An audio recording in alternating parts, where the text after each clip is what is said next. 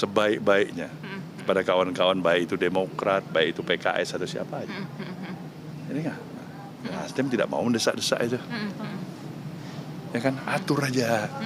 Mau koalisi boleh, kurang nggak koalisi juga nggak apa-apa. Tapi kan kalau nggak koalisi nggak bisa maju, Pak. Ya apa boleh buat.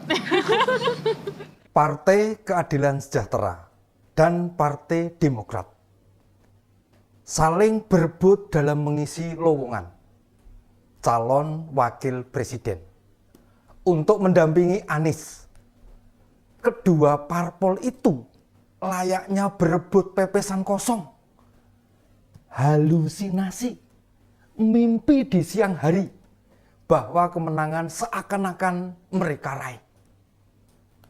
Nasdem, PKS maupun Demokrat terlihat beberapa kali bertemu, tetapi hingga saat ini tidak terrealisasi secara konkret. Tidak ada pernyataan bahwa mereka resmi berkoalisi. Hal ini disebabkan ngototnya Demokrat mengajukan nama Agus Harimurti Yudhoyono, sedangkan PKS menyodorkan nama Ahmad Herawan. Kedua nama ini oleh masing-masing pengusung dirasa punya kelebihan yang memberi efek besar pada Pilpres 2024. Tapi, akankah salah satu bakal dipilih? Simak Om Ben, opini dan Beni berikut ini.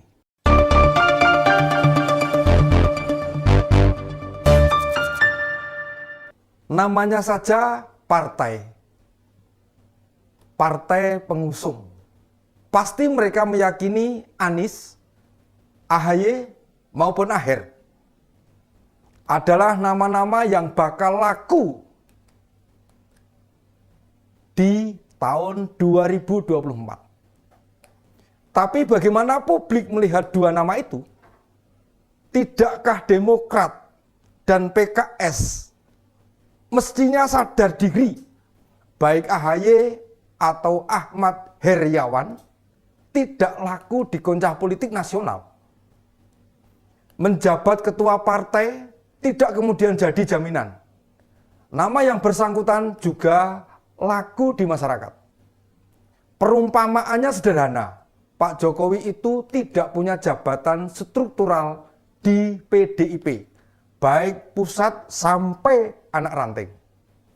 Tapi lihat, beliau mampu meraih kemenangan dalam 2 kali Pilpres, mengalahkan Pak Prabowo, pendiri dan ketua umum Gerindra. Tapi apakah bila Pak Prabowo maju di 2024 otomatis bakal menang? Setelah Pak Jokowi sudah tidak bisa maju lagi? Belum tentu. Belum tentu juga. Anies juga bukan ketua partai, bahkan bukan kader partai manapun. Tetapi buktinya dicalonkan Nasdem. AHY sendiri dalam Pilkada Jakarta putus di putaran pertama, kalah dari Pak Ahok dan Anies. Pun dalam berbagai survei elektabilitas capres maupun cawapres, tidak dalam 5 besar menandakan AHY tidak populer di mata masyarakat. Tapi itu memang satu-satunya kader Demokrat yang bisa dijual ke parpol lain. Harusnya mereka realistis saja seperti Nasdem. Kalau tidak ada kader yang bagus, ya tidak usah memaksakan diri mengusung kadernya seperti Nasdem mencalonkan Anies. Tapi watak egois partai tidak hanya menjangkiti Demokrat, PKS juga sama saja. Buktinya mencalonkan Ahmad Heriawan menjadi calon wakil presiden.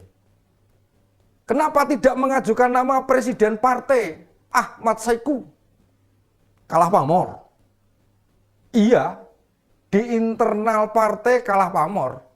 Tapi di luar partai, apakah nama Aher cukup disukai? Pipin Sopian juru bicara PKS mengatakan akan menemukan Anies dengan Aher. Ya, mungkin untuk pendekatan. Alasannya biar ada chemistry. PKS pun menyampaikan bahwa Aher menang dalam Pilgub 2 kali, yakni Pilgub Jabar. PKS lupa bahwa masa emas Aher sudah terlewatkan lama. Aher memenangkan pilkada pada tahun 2008 dan 2013. Tidakkah mereka ingat, dalam pilkada tersebut mereka tidak menang mutlak. Pada 2008, pasangan Aher Dede Yusuf meraih 40,5%, mengalahkan Agung Gumelar Nukman Hakim dari PDIP, yang perolehan suaranya 34,5%. Dan pasangan dari Golkar, Denny Setiawan dan Iwan Sulanjana, yang meraih 24,9%. Lalu pada 2013, pasangan Aher Deddy Mizwar unggul 32,3%, menundukkan jago PDIP Rieke Diah Pitaloka dan Teten Mas Duki, dan kandidat Demokrat Dede Yusuf Lex Lesmana. Prosentasi kemenangannya turun. Itu baru di satu provinsi. Bagaimana dengan provinsi lain? Apalagi rekam jejak Aher. Di Jawa Barat tidak ada yang nasional. Ditambah gonjang-ganjing PKS yang terpecah dengan gelora. Sehingga klaim bahwa nama Aher layak diusung menjadi cawapres hanya omong kosong. Makanya jika kita cermati dengan sungguh-sungguh, apa yang terlihat di media hanyalah gimmick politik untuk menaikkan citra. Yang terjadi bukanlah sedang ada proses negosiasi. Siapa yang layak jadi cawapres antara AHY atau Aher. Tetapi isu-isu itu dinaikkan untuk test the water. Cek ombak. Apakah publik merespon dengan positif atau negatif.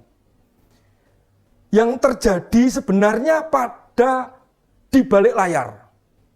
Bahwa SBY, JK, Surya Paloh, dan Ahmad Saiku lebih fokus membicarakan cara-cara meraih kemenangan. Jadi ada dua jalan yang ditempuh oleh koalisi Nasdem, PKS, dan Demokrat. Pertama, hal-hal yang terlihat di publik guna mengukur sejauh mana efek pencalonan Anies. Dan kedua, yang tidak terlihat di publik untuk menyiapkan amunisi pasca penetapan Anies sebagai capres dipasangkan sebagai cawapres oleh KPU. Nama Saifullah Fattah yang muncul akhir-akhir ini seperti menandakan bahwa direktur kampanye koalisi 3 parpol itu bakal dipegang oleh Seperti saya sampaikan di episode sebelumnya, yakni episode 21. Ada beberapa pokok pikiran yang dikemukakan Yang intinya, jika dibandingkan antara Pak Jokowi dengan Pak Anies, masih lebih baik Pak Anies. Sebagai seorang mantan dosen UI dan sekarang memegang lembaga survei, harusnya tahu sebuah pemahaman umum bahwa ilmuwan itu boleh salah, tapi tidak boleh bohong. Berbeda dengan politisi. Kalau politisi boleh bohong, tapi tidak boleh salah. Faktanya ngasal bicara dalam sebuah talk show. Ini menandakan bahwa pada Pilpres 2024 kita masih harus masuk dalam situasi yang tidak berbeda jauh dengan Pilpres 2014 dan 2019. Tinggal apakah capres yang akan muncul lebih dari 2 atau tidak. Jika lebih dari 2 pasang, ya lumayan. Hanya saja, bila capres lebih dari 2, maka akan ada putaran kedua. Maka dari itu, supaya suasana 2014 dan 2019 tidak terulang, utamanya untuk fitnah, ujaran kebencian, dan hoax. Mari kita didik masyarakat, kita edukasi agar memiliki pemahaman bagus. Sebab berdasarkan pengalaman 2 pilpres sebelumnya, komunitas macam Sarasen, Muslim Siber, Army, dan sejenisnya marak merusuk di sosmed. Jika masyarakat kita tidak cerdas menyikapi isu-isu yang berpotensi memecah belah, maka ketegangan-ketegangan waktu kampanye capres akan terulang. Yang paling menyedihkan yakni para penebar ujaran kebencian itu utamanya bagi kita yang muslim. Islam mengajarkan menjauhi suudzon. Prakteknya saat pilpres, hal itu tidak berlaku. Saya tidak habis pikir, bagaimana para pendakwah, berceramah, pemberi nasihat, beberapa berada di mimbar-mimbar masjid, mengemukakan fitnah maupun kebencian tanpa merasa bersalah sama sekali. Melihat calon presiden dan wakil presiden yang diajukan oleh Nasdem, PKS, dan Demokrat maupun munculnya EF, rasa-rasanya kok pesimis bahwa Pilpres 2024 pola pertarungan yang akan mereka jalankan meninggalkan cara-cara kotor. Bahkan sampai sekarang setelah Pak Jokowi dilantik sebagai presiden dan mengangkat Pak Prabowo dan Pak Sandiaga sebagai menteri, kebencian itu tidak pernah usai. Padahal tuduhan-tuduhan yang disebarkan dengan kejam hingga saat ini tidak ada yang terbukti. Tapi adakah dari mereka yang meminta maaf? Tidak ada sama sekali. Entah tuduhan 10 juta tentara Cina bakal masuk Indonesia, pengajian bakal dilarang di masjid-masjid, sholat dibatasi, bangkitnya PKI, dan masih banyak fitnah yang lain. Hingga saat ini tidak ada satu pun tuduhan itu terbukti. Ayolah, kalian orang muslim yang ingat, jika dulu ada tetangga jenengan, tetangga sampean, tetangga anjena menyampaikan hal itu, saat ini tolong tanya, mana bukti tuduhannya? Entah dia menyampaikan secara lisan, share di WA, atau menunjukkan video pada jenengan, pada sampean. Bila perlu, pas banyak orang ditanya, begitu ini bukan menantang. Ini mempermalukan orang lain atau adu domba. Tetapi supaya tindakan-tindakan seperti itu tidak terulang kembali di 2024. Jangan karena yang bicara ustadz, Pak Kiai, penceramah, atau orang yang dianggap lebih tahu. Mereka tidak salah, wong kebanyakan mereka juga hanya share dari tempat lain. Kalau bingung nasihati mereka, share saja video ini di grup yang suka menebar fitnah. Supaya mereka yang dulu suka menyebar-nyebar ujaran kebencian dan fitnah bertobat. Nah, bagi teman-teman yang sudah bertobat, alhamdulillah, senang mendengarnya. Jangan diulangi lagi, dosa. Apalagi kita memproduksi fitnah dan ujaran kebencian, lalu dibagikan ke banyak orang, bisa menjadi dosa jariah. Mari lebih berhati-hati lagi, agar kita tidak mengulangi kebodohan yang sama, hanya karena kita mendukung capres tertentu.